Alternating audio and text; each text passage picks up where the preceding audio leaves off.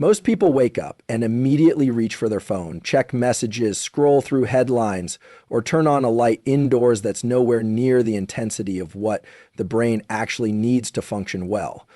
But there's a fundamental misunderstanding baked into our modern routines, one that quietly throws off our entire neurological system before the day even begins. What most don't realize is that the brain has a built-in operating system, and it's deeply wired to one powerful environmental cue: light. Specifically, natural light, the kind you get when you step outside and let sunlight hit your eyes. Unfiltered, direct, and within 30 to 60 minutes of waking. Here's why that matters. Inside your eye are specialized cells that don't help you see, but instead send a very specific message to your brain. The day has started. These cells communicate with the suprachiasmatic nucleus, the core region in the hypothalamus, that acts as the master clock for your entire body. It synchronizes not just when you feel sleepy or awake, but your body temperature, hormone production, appetite, mental clarity, and mood. The light you get in those first minutes after waking tells your brain to kick off the cortisol pulse, a healthy, essential one, that promotes focus and primes you to be alert, motivated, and resilient throughout the day.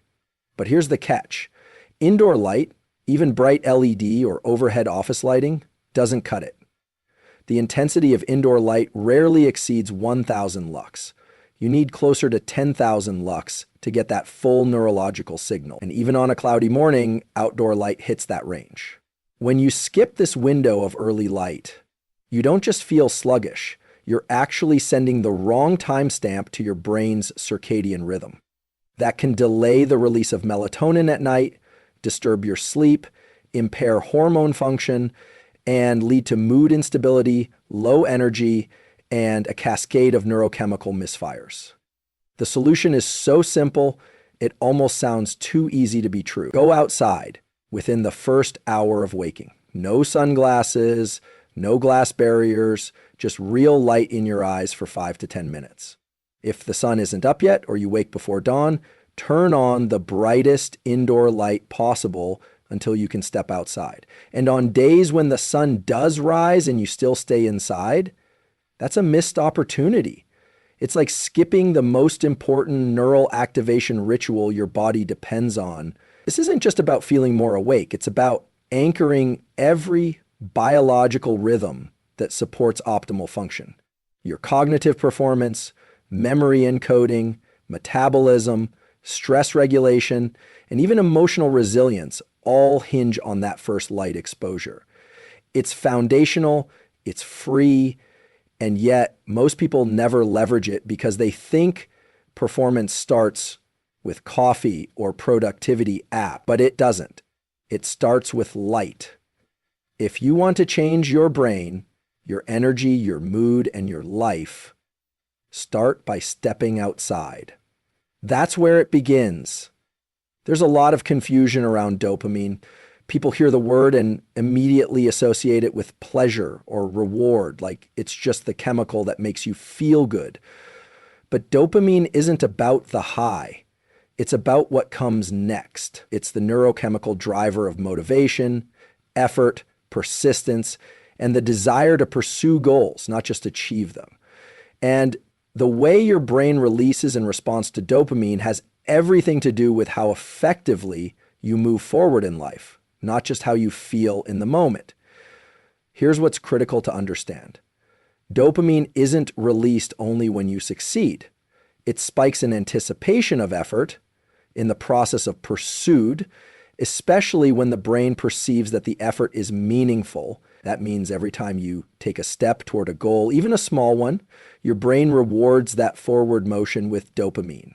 It reinforces action, not just outcomes. And if you learn to attach dopamine to the process itself, to the effort, the challenge, you're tapping into one of the most powerful systems the brain has to sustain progress over the long term. The problem is, in our modern environment, that system is under constant attack. We're surrounded by cheap dopamine hits that short-circuit the whole mechanism. Social media, ultra-processed food, mindless scrolling.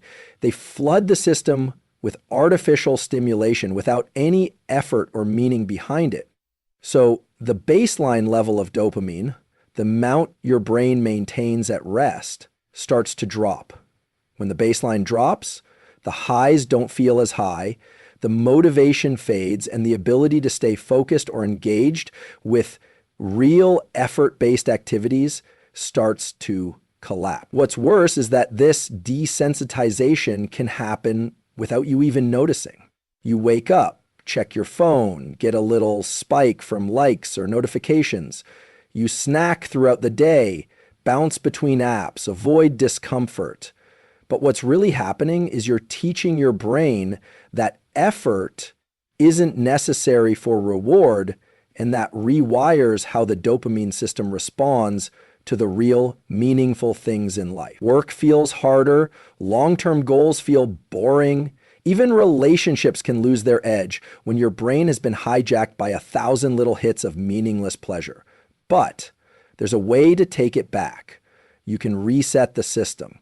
It starts with removing or reducing artificial dopamine triggers, digital overstimulation, sugary snacks, constant novelty, and reintroducing friction, discipline, and intentional effort. When you focus on difficult things, when you lean into discomfort with a purpose, your brain starts to shift. You begin to reclaim the natural rhythms of dopamine release, the ones that are tied to growth, not escape. And once you experience the satisfaction of earning your dopamine rather than passively receiving it, something clicks. You realize that motivation isn't something you wait for, it's something you build. This isn't about avoiding pleasure.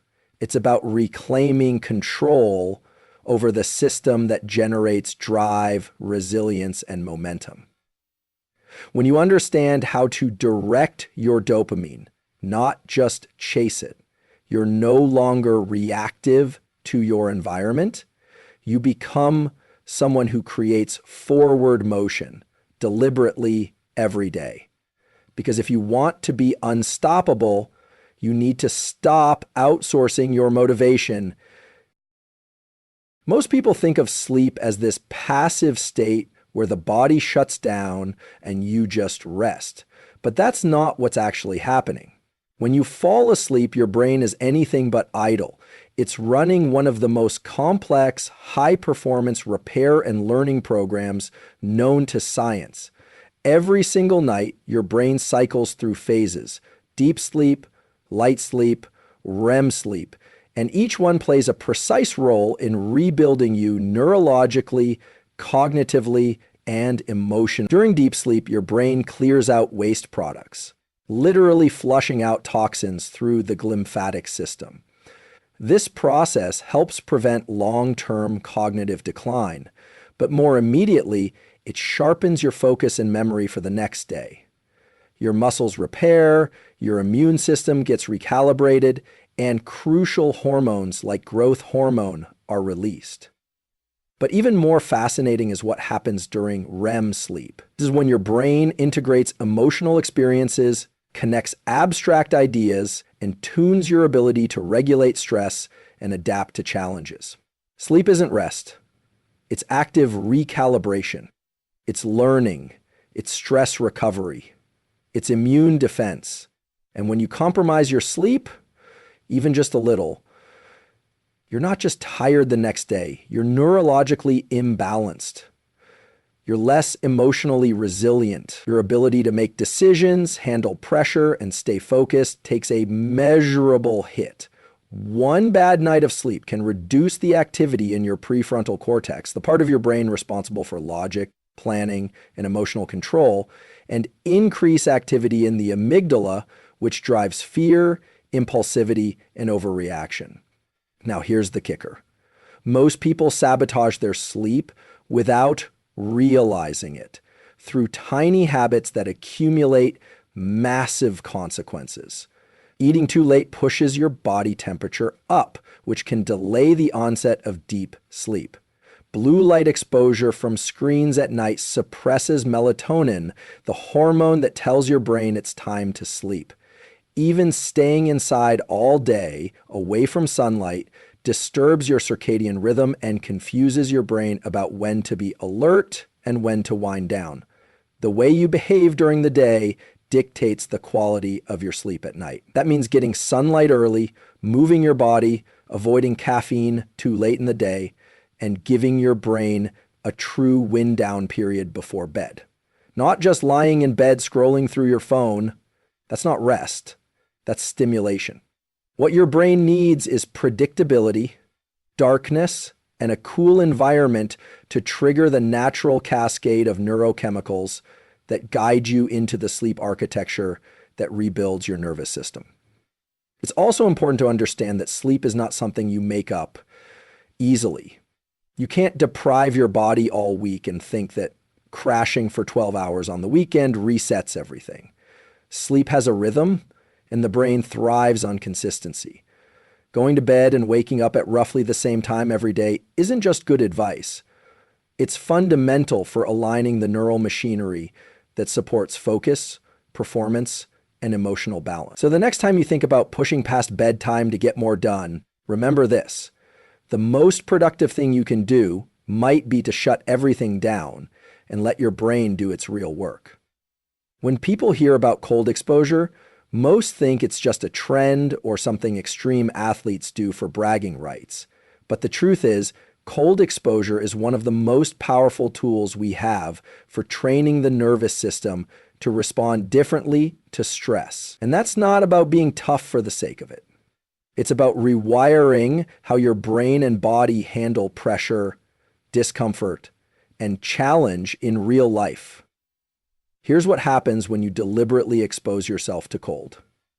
Whether it's an ice bath, a cold shower, or even just stepping outside with minimal layers in the morning.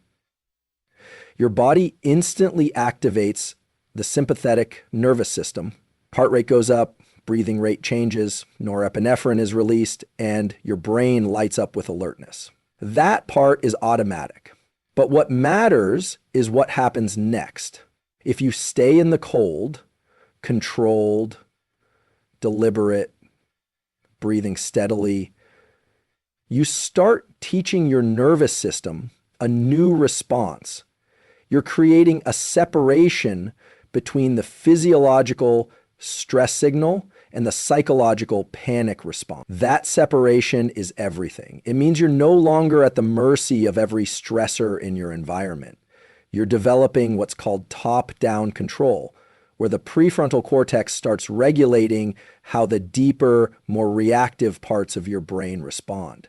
You're not just enduring discomfort, you're training for composure, focus, and mental control under pressure. And the effects don't stop when you get out of the cold. They carry over, you build resilience, you become the kind of person who can feel the stress signal and stay steady. There's also a powerful biochemical effect at play. Just a few minutes of cold exposure leads to a significant increase in norepinephrine and dopamine, and not just during the exposure. Those levels stay elevated for hours afterward. That means better focus, more energy, improved mood, and increased capacity for physical and cognitive effort. And unlike artificial stimulants that give you a quick high and a hard crash, this is your own neurochemistry working as designed, naturally, sustainably, and efficiently. But it's important to approach it the right way. This isn't about punishing yourself or proving how much you can suffer. It's about using short, consistent doses of controlled stress to build up your capacity over time. Even 30 seconds at the end of a shower or 2-3 minutes in cold water a few times a week can create profound shifts in your nervous system. The goal isn't to be fearless. It's to feel the fear, feel the stress, and choose your response anyway. What makes this so powerful is that it teaches you how to stay grounded in the face of adversity. The cold becomes a metaphor for life's chaos. And when you practice stepping into that space with intention, when you teach your body to stay calm in the storm, you begin to reshape how your mind deals with everything, from anxiety to frustration to high-pressure decision-making. You don't become resilient by avoiding stress. You become resilient by facing it on your own terms. There's this idea floating around that manifestation is just positive thinking or wishful daydreaming. Picture what you want and somehow the universe will deliver. But that's not how the brain works. The real mechanism behind meaningful change, behind turning intention into action, is grounded in something far more powerful and far more tangible: neuroplasticity. The brain's ability to literally rewire itself based on experience, attention, and focused mental rehearsal. When you visualize something, really visualize it, not just the outcome, but the steps it takes to get there, the effort, the challenge, the discomfort. You're not just thinking, you're activating the same neural circuits that would fire if you were physically doing the task. And the more often you do that with specificity and emotion, the stronger those circuits become. What you're doing is rehearsing success in the brain before it shows up in the real world. That's not fantasy. That's building a neurological blueprint for future behavior. But here's the key. Vague images don't do much. Saying, "I want to be successful," or "I want to be confident," doesn't create real change. The brain doesn't wire to generalities. It wires to precision. So when you visualize, you need to feel the struggle, anticipate the resistance, walk yourself through how you'll respond when it gets hard. You need to imagine the real process, not just the trophy at the end. That's when the brain takes it seriously. That's when you're not just daydreaming, you're training. And that kind of training has measurable effects. When you repeat mental rehearsals consistently, your brain strengthens the pathways responsible for action and motivation. It sharpens your focus. It increases your capacity for sustained effort, and it builds emotional resilience because you've already encountered the hard parts in your mind before you hit them in reality.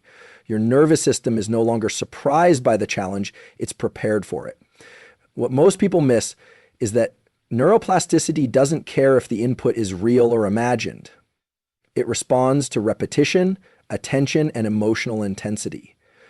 So the more you reinforce an identity through focused internal practice, the more that identity becomes accessible. That's how you shift from someone who wants to change to someone who does change, from someone who hopes to someone who acts. But none of this works without consistency. You can't visualize once and expect transformation. Just like physical training, this takes reps, daily engagement with your goals, not only with external effort, but with internal precision. When you stack that with the other foundational principles, light exposure, dopamine regulation, high quality sleep, deliberate discomfort, you're not just imagining a new version of yourself. You're building it into the circuitry of your brain. The science is clear. What you do with your mind shapes what you do with your body and your life. So if you're going to run mental loops anyway, and you are, make sure they're building something worth becoming. Most people don't realize just how adaptable the brain is. It's not fixed. It's not hardwired the way we used to think. In fact, every action you repeat, every thought you dwell on, every habit you reinforce, those are literally reshaping the physical structure of your brain. Not metaphorically, literally. Neurons that fire together, wire together. That means your habits aren't just shaping your schedule or your personality. They're sculpting the neural pathways that determine how you think, feel, focus, and respond to the world.